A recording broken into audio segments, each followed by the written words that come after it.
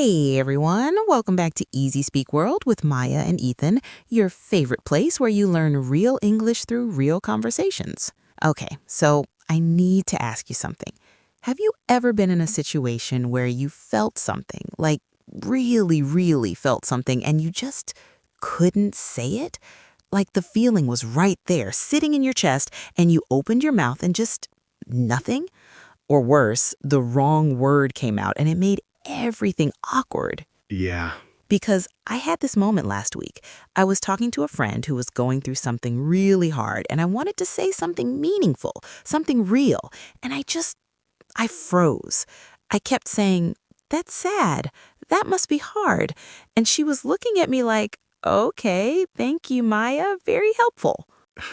Yeah, that must be hard is like the verbal equivalent of a shrug, honestly. Exactly. It means nothing. And the worst part is I know how I felt. I knew I felt sorry for her. I felt helpless. I felt like I wanted to fix it but couldn't. But none of that came out. And that is honestly one of the most frustrating experiences, knowing you're feeling but not having the language for it. You're right, Maya, and I think this is something a lot of English learners, actually a lot of people in general, struggle with. We grow up learning how to name basic emotions: happy, sad, angry, scared. And then we get into real life, real adult conversations, and suddenly those four words are completely useless. Completely useless. And as always, I've got Ethan here with me today, and we are going to fix that. We are going to talk about emotions, how to actually describe them in English, how to talk about them naturally, and why this skill is one of the most powerful things you can build in a second language. Yeah, Maya, and I'll add this isn't just an English lesson. This is actually going to change the way you connect with people. Because when you can name what you feel and when you understand what other people feel, that's when real communication happens. Oh, absolutely. And we've got some really useful words and phrases coming up later in the episode, so stay with us because it gets really good. But before we dive in, if you're watching this on YouTube, please hit that like button. It genuinely helps other English learners find this channel. And we are building such a wonderful community here. Subscribe if you haven't already, and drop a comment below. What is one emotion you find really hard to describe in English? I am so curious. Let us know. All right, so Maya, let's start from the beginning. Why is talking about emotions in English so hard? Like, what's actually going on? Okay, so I think there are a few things happening. The first one, and this is big, is translation. When you learn English as a second language, you start by translating from your first language, and emotions don't always translate perfectly. Right, there are words in other languages that English just doesn't have a direct word for. Yes, like, okay, German has the word Schadenfreude. Do you know this one? Oh, I love this one. It means the pleasure you feel when something bad happens to someone else, which sounds terrible when you say it out loud, but honestly, everyone has felt it at some point. Everyone. Like when that one person who was always mean to you in school fails their test, and you're like, "I'm not happy, I'm just not unhappy." Very different. Very different. Or, okay, Japanese has the word amai. It's this feeling of depending on someone's kindness, like when you're having a terrible day and your mom makes you soup without you asking, and you just feel held. Oh, yeah, that's a real feeling, and English doesn't really have one word for it. Exactly. So the first challenge is some feelings don't have a perfect translation, which means you have to build the skill of describing feelings in English using multiple words, using images, using stories. And that is actually a really advanced skill in English, describing a feeling instead of just naming it. Okay, so let's talk about the second challenge, and this one is a bit more psychological, I think. Go on. So, in a lot of cultures, there's this unspoken rule: don't talk about your feelings. Be strong, be fine, push through. And I think this actually affects how people communicate in English, too, because even if you know the words, using them feels exposed, vulnerable. Yeah, and there's a really interesting thing that happens with English specifically, because on the surface, English seems like a very direct language. People say, "I feel," very naturally.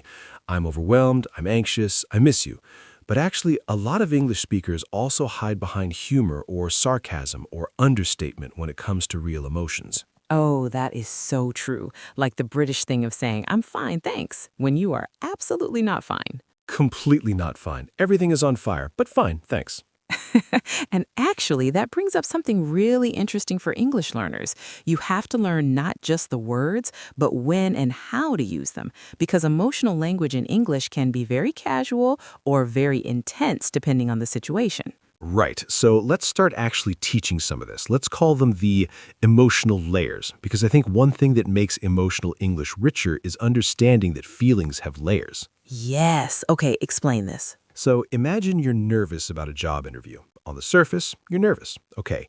But underneath that nervousness, there might be excitement because you actually want this job. And underneath the excitement, there might be self-doubt, like, do I deserve this? Oh, wow, that is so real. Three feelings all happening at the same time. And in English, we have words for all of those layers. So let's break them down. The word for that nervous but also excited feeling is anxious anticipation. Or you can say, I'm nervous, but part of me is excited. I'm nervous, but part of me is excited. That's such a natural phrase. Write that down or save it, whatever you do. And self-doubt, that's its own phrase. I'm second-guessing myself. To second-guess yourself means you start to doubt a decision or belief you already had. Like, I thought I could do this, but now I'm second-guessing myself. I love that phrase, second guessing. It's like your brain is having an argument with itself. Yeah, exactly. Your brain's second-guessing itself at 2 in the morning. Oh, don't bring up 2 in the morning. That is when every doubt I ever had comes alive. Same. That's a real phenomenon, actually. It even has a name in English, overthinking, or the more poetic version, lying awake with your thoughts. Okay, let's talk about some specific emotions that come up a lot in conversation but are hard to express. And I want to do this in a way where we give you the word, the meaning, and then an example. Sounds good? Perfect. All right, first one, overwhelmed. This is one of those words that English speakers use constantly, and once you learn it, you'll start hearing it everywhere. Overwhelmed means you have so much happening emotionally, mentally, physically that you can't handle it all. And the key thing about overwhelmed is that it's not just stress. It's that tipping point where you feel like you're drowning in everything at once. Great way to put it. So, in a sentence, I've been so overwhelmed lately. Work, family stuff, trying to keep up with everything. I just need a break. Very natural. And notice, Maya didn't say, I have many things. She said, I've been so overwhelmed. That's real spoken English. All right, second word, drained. This is a good one. Drained means you have no energy left, physically or emotionally. It's like your battery is at 0. You can say, that conversation completely drained me, or I feel so drained after this week. And emotionally drained is a really common phrase. Like after a long, intense conversation with someone, even a good conversation, you can feel emotionally drained. Not sad, not angry, just empty, used up. Yes, like a phone that's been on 1% for 2 hours and just done. The perfect metaphor. Okay, my turn. Third word, restless. Restless is when you feel unsettled, like you can't stay still or calm. Not necessarily sad, not happy, just agitated. Like something is slightly off and you can't name what. Oh, I feel this. Like when you're at home on a weekend and you should be relaxing, but you feel like you should be doing something, but you don't know what, and you just keep walking from room to room. That's restless, yeah. I've been feeling restless lately, like I need a change, but I'm not sure what kind. That's such an adult feeling, isn't it? Like nobody warned us that adulthood would involve this much restlessness. Nobody warned us about a lot of things. True. Okay, fourth one, and this one is important, conflicted. To feel conflicted means you have two feelings pulling you in opposite directions, and you're torn between them. Like, I'm happy for my friend, but I'm also a bit jealous. I feel conflicted. And conflicted is one of those emotionally mature words. It shows self-awareness. It shows you know your feelings are complicated, not just good or bad. Exactly. Real emotions are complicated. Real humans are complicated. And the word conflicted captures that perfectly. Another great phrase here is, I have mixed feelings about it. That means the same thing. You feel two ways at once. I have mixed feelings. Write that down too. Let's talk about something a little different now. Because so far we've been talking about how to say what you feel, but there's another side of emotional English. What do you say to someone else when they're going through something?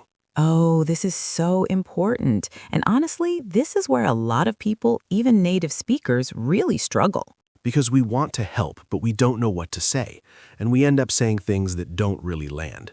Like, it could be worse, which I know technically true, but please never say this to someone who is upset. Please don't. It sounds like you're dismissing their pain. Like, yes, things could be worse, but right now this is what they're feeling and this is real for them. And similarly, everything happens for a reason. Another one that sounds comforting but can actually feel quite dismissive. So, what do you say? Let's give some really useful phrases here. Okay, first one, and this is the gold standard. That sounds really hard. Simple, sincere, acknowledges what they're going through without trying to fix it. Yes, and the key is the word sounds. You're not saying you fully understand. You're saying from what you're hearing, this sounds really difficult. Next one, I can only imagine how you must be feeling. This is beautiful because it's honest. You're not pretending you know exactly how they feel. You're just saying, I'm trying to understand. Ooh, I love that. I can only imagine. That phrase is so empathetic. Another one is, I'm here for you. Short, powerful. It doesn't solve anything, but it says, you're not alone. And honestly, sometimes that's all someone needs to hear. I'm here for you. Not advice, not solutions, just presence. Exactly. And then there's, do you want to talk about it or do you need some space? Because sometimes people want to vent, and sometimes they want to be left alone for a bit. This question respects both. That is such a thoughtful question. Do you want to talk about it or do you need some space? Can we all just start using that in every language? Agreed. Okay, I want to pause here and ask, because we're about halfway through the episode, are you finding this useful genuinely? Because if you are, that subscribe button is right there. We do this every week. Every week we sit down and have a real conversation like this one, and we teach English through it. So if this is the kind of content that helps you, welcome to the family. All right. Ethan, I want to bring up something that I think doesn't get talked about enough, and it's the emotion of longing. Oh. You know that feeling? When you miss something or someone so much that it almost hurts, but it's not exactly sadness. It's more like a kind of ache, right? Yeah, longing is one of the most beautiful and painful feelings there is. And English actually has a really rich vocabulary around it. Let's break it down. So longing itself, it's a deep wish for something you can't have right now, or maybe ever. It's the feeling of missing a place, a time, a person. I have a longing for home. She longed for her childhood summers. And then there's the word nostalgia. Do you know this one? Oh yes, nostalgia is that bittersweet feeling when you remember something from the past, and there's joy in the memory, but also sadness because it's gone. Bittersweet. There's another great word. Bittersweet is when something is both happy and sad at the same time, like the last day of a holiday. You had the best time and now it's over. Or graduating from school. You're excited for the future, but you're also a little heartbroken that this chapter is ending. Perfectly bittersweet. And then wistful. This is a softer version, when you think about something that might have been or something you've lost with a gentle kind of sadness. Not dramatic, just quiet. She looked out the window with a wistful smile. Wistful. I love that word. It even sounds soft. It does. It sounds like what it means. Okay, let's shift gears for a second because we've been going pretty deep, which I love, but let's talk about some lighter emotions too, because life isn't all nostalgia and longing. Sometimes things are just good. Sometimes. So how do you express positive emotions in English in a way that doesn't sound flat? Because I'm happy, fine, but there's so much more. Right. So let's go through a few. Elated. This is a big one. Elated means extremely happy, like you're on top of the world. I'm elated. I just got the promotion. It's almost giddy, almost floating. And then thrilled. Thrilled is very excited and happy. I'm thrilled to be here. She was thrilled when she heard the news. It's warm and enthusiastic. Giddy. This is fun. Giddy means so happy or excited that you almost can't control it, like when you were a child on Christmas morning. I'm giddy just thinking about it. Oh, that's such a joyful word. Giddy. And then my personal favorite, content, which is not as flashy as elated or thrilled, but honestly, I think it might be the most beautiful feeling. Say more. Content means quietly satisfied, not ecstatic, not jumping up and down, just at peace, like you're sitting in a warm kitchen with a cup of tea and you think, this is enough, this is good. That is such a beautiful description. Content is one of those words that sounds small but means a lot.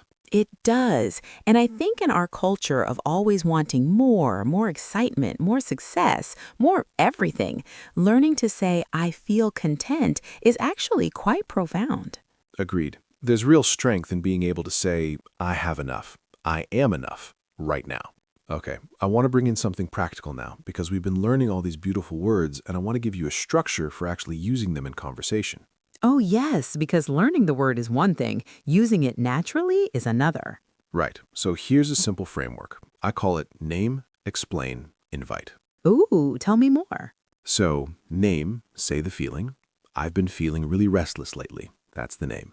Then explain, add a little context. Like, there's something I need to change, but I can't figure out what. And then invite. Give the other person a chance to respond. Have you ever felt like that? Oh, I love this. Name, explain, invite. Because the invite is what turns a statement into a conversation. Exactly. Because if you just say, I'm restless, the other person might not know what to do with that. But if you say, I've been feeling really restless, like something needs to change, but I don't know what, have you ever felt that way? Now you've opened a door. And suddenly they're sharing too, and that's real connection. That's real connection. Okay, can I bring up something that I think is really important but kind of uncomfortable? Always. I mean the emotions we don't want to talk about, the ones that feel shameful or embarrassing or like we shouldn't be feeling them. Like jealousy. Like jealousy, which almost everyone feels but nobody wants to admit. Or resentment. Or resentment, or embarrassment. Yeah, let's talk about these, because hiding them doesn't make them go away. And in English, having the words for them actually gives you power over them. That's such a good point. Naming something, even something dark, makes it smaller. So, jealous. We all know this one, but let's make sure. Jealous is when you want something that someone else has. I'm a little jealous of her confidence, honestly. That's honesty. That's vulnerable, and it's real. And there's a difference between jealous and envious. Envy is wanting what someone else has. Jealousy is more about fearing you'll lose something you already have, like I'm jealous of the time my best friend spends with her new boyfriend. I want that time back. Oh, good distinction. English is precise about that, even if we often use the words interchangeably in everyday speech. Then resentment. I feel resentful. To feel resentful means you feel angry or bitter about something that happened in the past and you haven't fully let it go. I still feel resentful about the way that situation was handled. It's a slow burning feeling. And it's important to be able to say that, because resentment that you never name tends to come out sideways. As passive aggression, as coldness, as distance. Exactly, which is why naming it, even just to yourself, matters so much. And then guilt. I feel guilty. That one is almost universal, isn't it? I feel guilty for not calling her back. I feel guilty about how I handled that conversation. Guilt is interesting because it often comes from a good place. You care about doing the right thing. The guilt is actually a sign of your values. Oh, that's a beautiful refrain. The guilt is a sign of your values. But then there's healthy guilt, where you feel it, you acknowledge it, you do something about it, and then there's what I'd call guilt spiraling, where you just go around and around in feelings of guilt without actually resolving anything. Oh, guilt spiraling. That's so real. Can we make that a vocabulary phrase today? Absolutely. To guilt spiral means to go around and around in feelings of guilt without resolving anything. I've been guilt spiraling about that for days, and I need to just apologize and move on. Yes, and move on is T, which is its own phrase. To move on means to stop dwelling on something from the past and go forward. Okay, we are getting close to the end of our episode, and I want to make sure we give you some really practical takeaways, like phrases you can start using today. Okay, let's do a quick run through. Okay, phrases for describing how you feel. I've been feeling a bit off lately. Not quite right, unsettled. I'm not quite myself today. Something is wrong, I'm not sure what. I've had a lot on my mind, many worries or thoughts. I'm still processing it. It happened and I'm still figuring out how I feel. I don't know how to explain it, but something just feels heavy. that deep, vague sadness. And phrases for responding to someone else. That sounds really hard. I can only imagine how you must be feeling.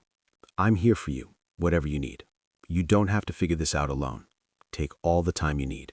These phrases are so simple, and yet they are so powerful because when you say them and you mean them, they land. They land. And actually, I want to end with something that I've been thinking about throughout this whole episode. Go on. Learning to talk about your emotions in English or in any language is one of the most human things you can do because language at its core is about connection.